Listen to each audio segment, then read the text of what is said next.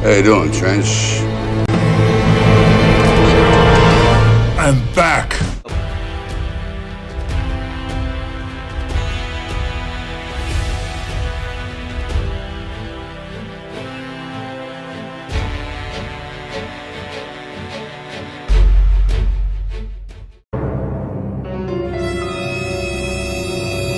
That the standard narrative has holes in it.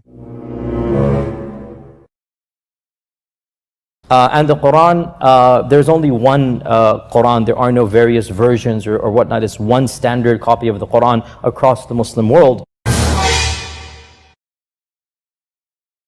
That the standard narrative has holes in it. That's what I'm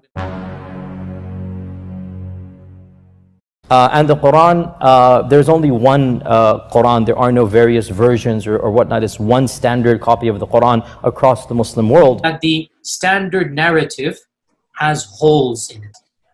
This issue of ahruf and qira'at has troubled the ummah from the very beginning of times. Nothing new.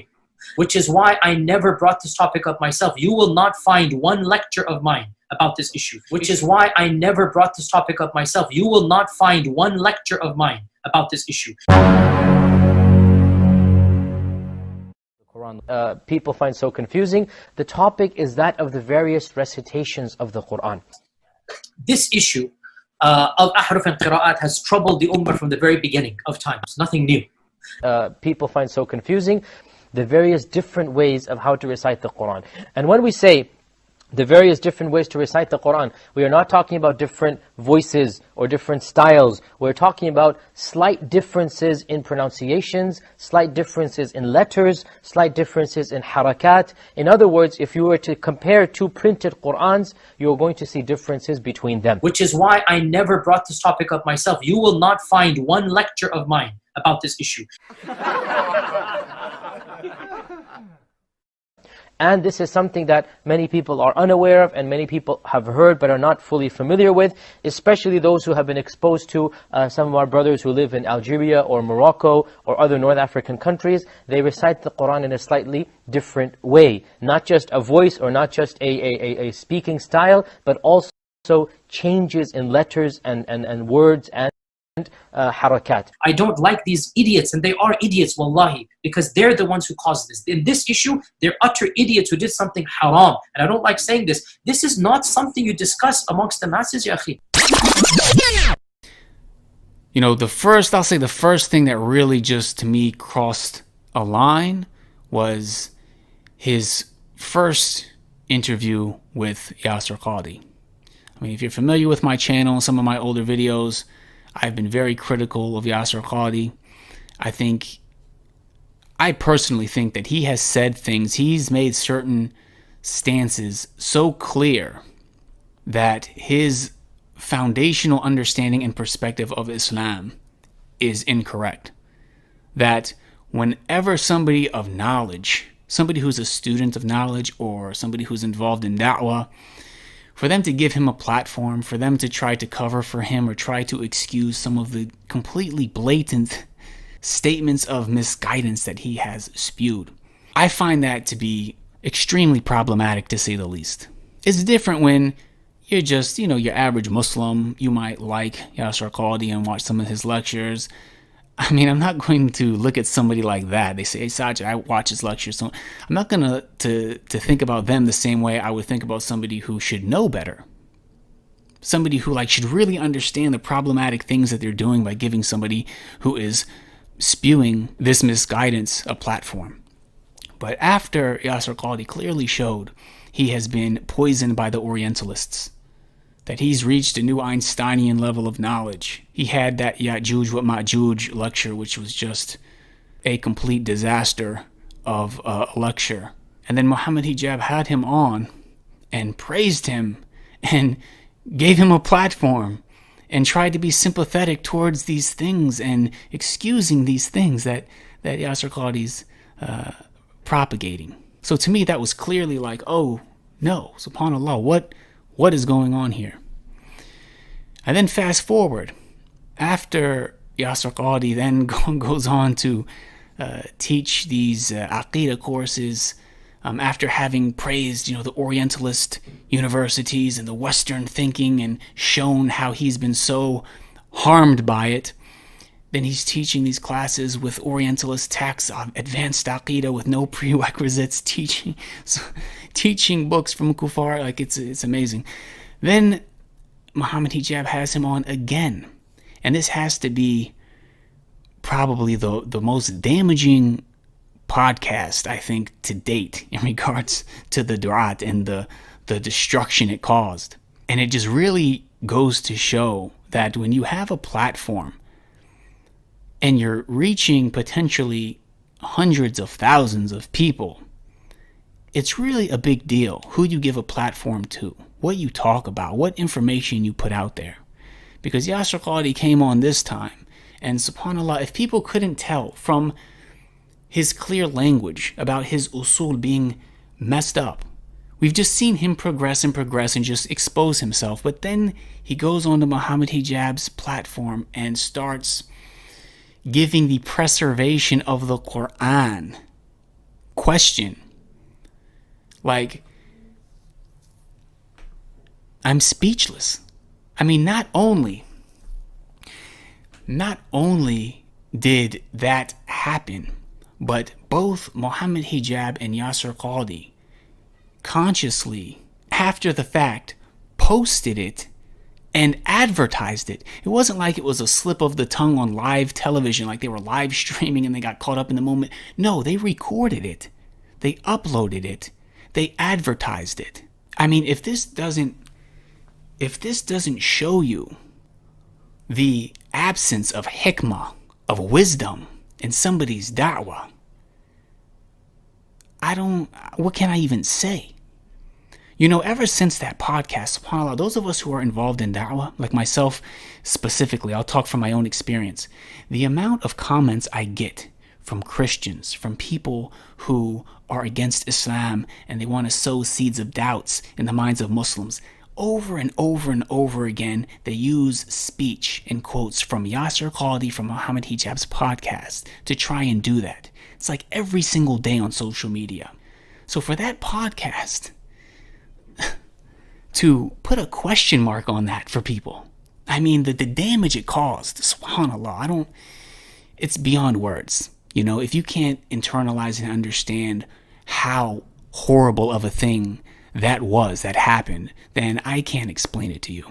And I have to make one thing clear, because a brother, he just literally messaged me and said, you have to be so careful even talking about this topic because it's been something that has been so weaponized by the kuffar. Before Yasir Qadhi ever came out and said anything about the Quran, I knew his foundation is messed up. I literally made videos warning people against him because it's clear once you have such messed up foundations, it's only going to get worse if you keep down that road, which he did. So somebody quoting Yasir Qadhi to me to try to prove something means nothing. It's very clear the Quran has been preserved. Yasir Qadhi having doubts about certain things or whatever it is that he even said, whatever he himself believes, means nothing to me. He is not somebody who I get my deen from. He's not somebody I would recommend anybody get their deen from. If you've seen some of my videos on the matter, I've made that quite clear, and I've brought forth some clear proofs and arguments as to why that's the case. By the way, I'm a scuba diver. I'm an advanced rescue nitrox certified scuba diver, over 200 dives. So if you need a diver, believe me, I'm more than happy to go diving anywhere. When you do a deep dive is when things get very, very awkward and difficult. When you reach this level of idiocy, I mean, how do you even possibly respond to somebody who's such an ignoramus? I said, okay, let me log on to this here. Here's what he has to say in this clip. King Farouk, who then came to power in 1930, right, decided to put out a new edition for all of Egypt called the Farouk edition. Ah. The Farouk edition then took the Hafs text and made it Egypt-wide. Okay. 1936. Right. That was so successful in Egypt. But before that, I forgot one thing. When they did this in Cairo, when they Muhammad al-Haddad did this in Cairo, they took all the other Qurans that were different than Hafs. They took it out into a boat and they sank them in the Nile. Oh. You haven't heard this before either. No, we need to go down. We need to do some They're dives. still there. We need to do some Yeah, we need to do dives. some dives. Alhamdulillah. He was a mean hole in this narrative. So Don't waste your time. We have 10 of them Oh, right yeah, here. We've already found 31 of that's them. Like, Now this one actually did get me laugh out loud. Literally, I LOL'd when I saw this. This is comical. So apparently, all of the mushafs of Egypt in the reign of King Farouk, which is barely a century ago, that were not hafs, they were taken on a boat and they were dumped into the Nile. And now we have to go scuba diving to go retrieve them. Don't waste your time. We have 10 of them oh, right yeah, here.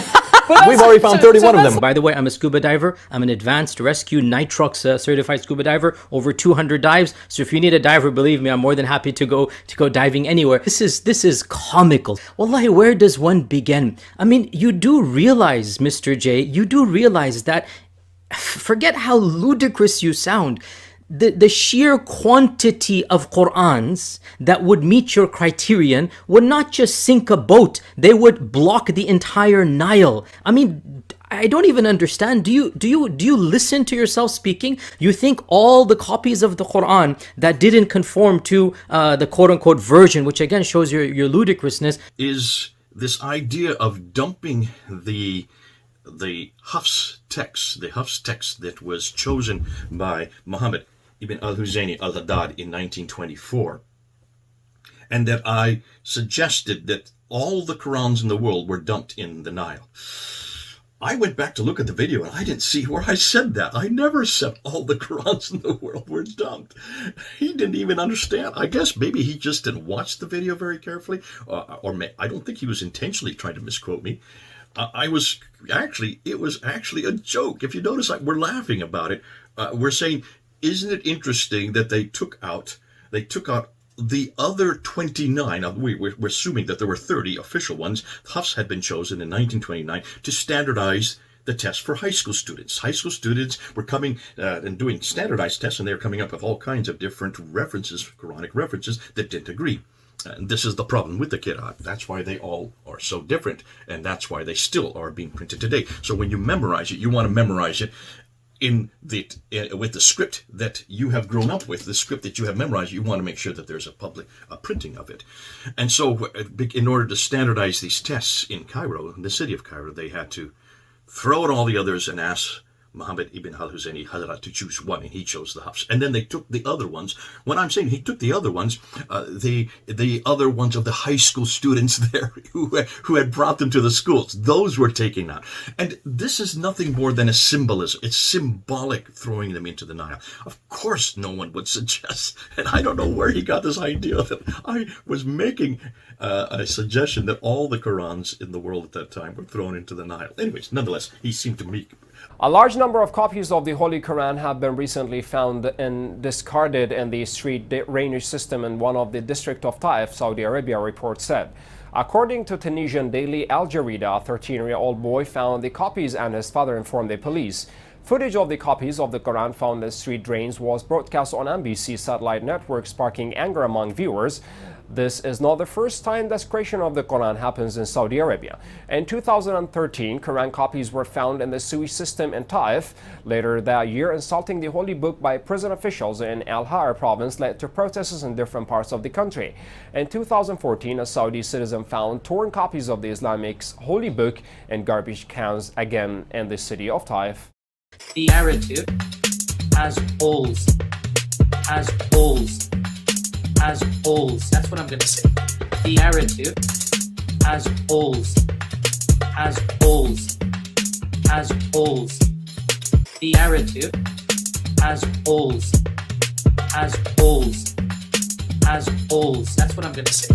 The narrative has holes. Has holes. Has holes. The narrative has holes. Has holes. Do you listen to yourself speaking? You think all the copies of the Quran that didn't conform to the quote-unquote version has holes. The narrative has holes. Has holes. Which again shows your ludicrousness. Has holes. That's what I'm going to say. The narrative has holes. Has holes. Has holes. The narrative has There holes. is no version. It is a Has printing that is holes. being printed for the Has first, holes. one of the That's first what I'm times gonna by a printing press. The narrative has holes. Has holes. Has holes. The narrative. You think has all the holes. copies of the Quran Has that didn't holes. conform to the has quote-unquote holes. version. That's what I'm going to say. The narrative has holes. Has holes. Has holes. The narrative has There is no holes. version. Has holes. Has holes. That's what I'm going to say. The narrative has holes. Has holes. Has holes. The narrative has holes. Has holes. Has holes. That's what I'm going to say. The narrative has holes. Has holes. Has holes. The narrative has holes. Has holes. Has holes. That's what I'm going to say. The narrative has holes. By the way, where is the origin of the story? Again, half myths, blatant exaggerations, ludicrous claims that those copies were destroyed respectfully. In the Muslim tradition, you will burn it because you don't want to throw it into the trash, or you will throw it into the water. So it's, even if that happened, it's not a big deal. Maybe 50 or something copies of a particular printing were disposed of.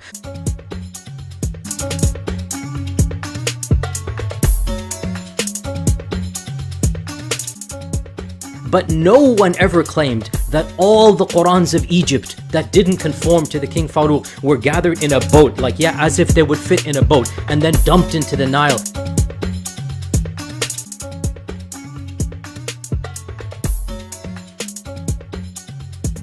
Alhamdulillah. He was a mean holes in this narrative. What the hell is this? A'udhu billah. We have seen the evidence. You cannot escape anymore. You're finished. A'udhu billah. Everyone will unfollow you now. You are a crook. And you are a fraudster. And we will call out each and every single one of you out. Wallahi, we will call you out and we will catch you. Because part of our da'wah is not just to find the disbelievers. The disbelievers who are a'da'. The enemy is disbelievers. But also to find the munafiqun of the ummah. That they're creeping around pretending to be Muslims. You're finished. You're finished. You're finished. You're finished. Wallahi, you're finished. Wallahi, you're finished. Don't ever come out. Any retraction you do now, switch off your social media. I don't want to see your face. I don't want to hear your voice. Wallahi, wallahi, you're a crook and a fraudster.